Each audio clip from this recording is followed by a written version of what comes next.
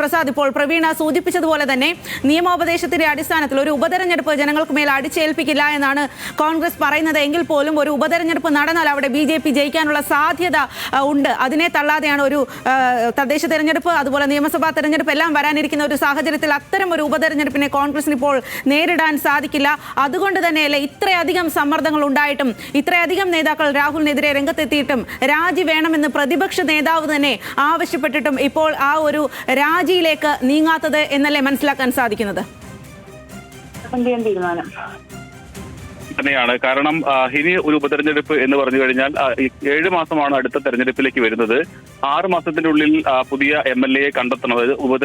അവിടെ ഒരു രാജിവെക്കുകയോ അല്ലെങ്കിൽ മരണപ്പെടുകയോ ചെയ്തു കഴിഞ്ഞാൽ 6 മാസത്തിനുള്ളിൽ പുതിയ MLA കണ്ടെത്തണം എന്നുള്ളതാണ്.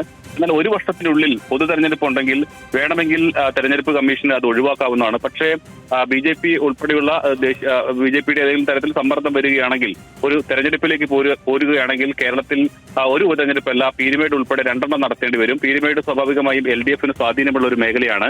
അങ്ങനെയെങ്കിൽ പാലക്കാട് കൂടി തെരഞ്ഞെടുപ്പ് നടക്കുമ്പോൾ ഇപ്പോഴത്തെ സാഹചര്യത്തിൽ അവിടെ UDFന് ജയിക്കുക എന്ന് പറയുന്നത് വലിയ വെല്ലുവിളി തന്നെയാണ്.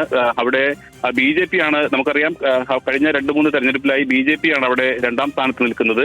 സ്വാഭാവികമായും BJPക്ക് വലിയ തോതിൽ ജയസാധ്യത കൂടി കണക്കിലെടുക്കുന്ന അല്ലെങ്കിൽ അത്രയും ഏറെ ഇഞ്ചോടിഞ്ച് മത്സരം നടന്നിരുന്ന 2 മണ്ഡലമാണ് പാലക്കാട് എന്ന് പറയുന്നത്. ഷാഫി പറമ്പിൽ കഴിഞ്ഞ തവണ ശ്രീധരനുമായി മത്സരിച്ച സമയത്തും കഴിഞ്ഞ തവണ നടന്ന മത്സരത്തിലെല്ലാം തന്നെ അത്തരത്തിലുള്ള വലിയ തോതിലുള്ള മത്സരം നടന്ന ഒരു മണ്ഡലമാണ്.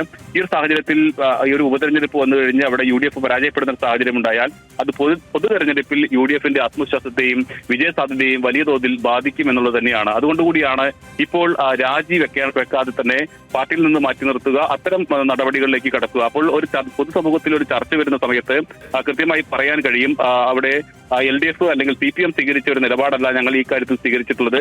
ഒന്ന്, പാർട്ടിയിൽ നിന്നും യൂത്ത് കോൺഗ്രസിന്റെ സംസ്ഥാന പ്രസിഡന്റ് സ്ഥാനത്ത് നിന്നും മാറ്റി നിർത്തി, പാർലമെന്ററി പാർട്ടി ഭാരവാഹികളിൽ നിന്നും മാറ്റി നിർത്തി, അത്തരം കാര്യങ്ങൾ പറഞ്ഞുകൊണ്ട് പിടിച്ചു നിൽക്കുക എന്നൊരു സമീപനമായിരിക്കും സ്വാഭാവികമായും കോൺഗ്രസ് സ്വീകരിക്കുക.